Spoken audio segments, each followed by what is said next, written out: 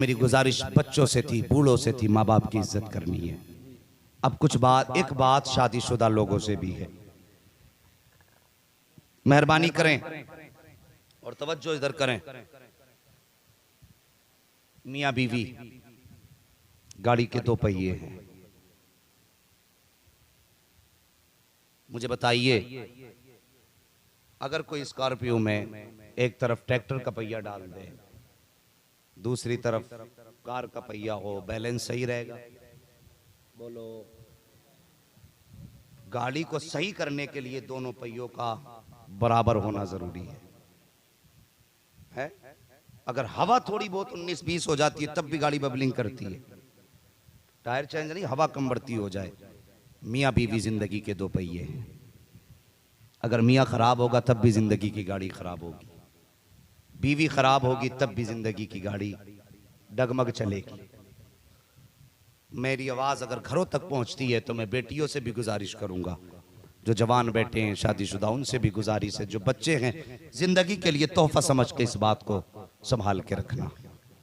अल्लाह ने ये अजीम नेमत दी है मियाँ बीवी का जो रिश्ता बनाया है।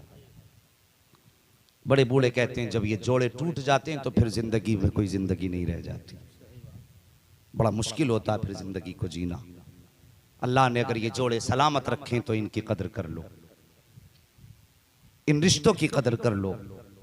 बात बात में न तुम्हारा हक बनता है कि तुम बीवियों पे जाके लट फेरो, और उनकी अगर कोई ख्वाहिश ना हो पाए पूरी, उनकी अगर कोई जरूरत पूरी ना हो तो उनकी भी जिम्मेदारी है कि वो भी कनीज़े फातिमा बन के जिंदगी गुजारे।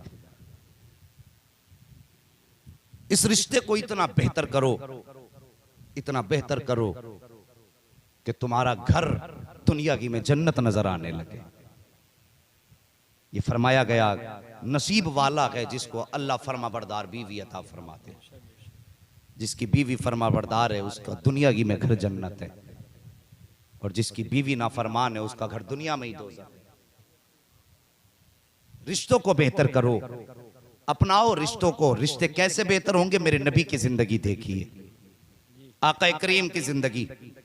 तवज्जो करें, सरकार की प्यारी शरीके हाथ हजरत खदीजतुल कुबरा रज़ी अल्लाह ताला अन्हा, जब मेरे सरकार ने इनसे निकाह फरमाया था तो उम्र शरीफ इनकी कितनी थी? 40 साल। और सरकार की उम्र शरीफ कितनी थी? 25 साल। इतना फर्क दोनों की उम्र में था, लेकिन जिंदगी गुजारने के तरीके देखो।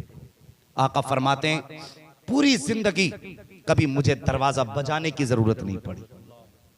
25 साल मेरे सरकार के साथ हजरत खदीजतुल कुबरा ने गुजारे। कितने?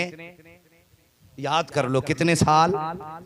25 साल में सरकार फरमाते कभी कुंजी खटखटाने की जरूरत नहीं पड़ी। ये तरीके थे उनकी जिंदगी के। खुदा की कसम कितनी मोहब्बत थी आपस में।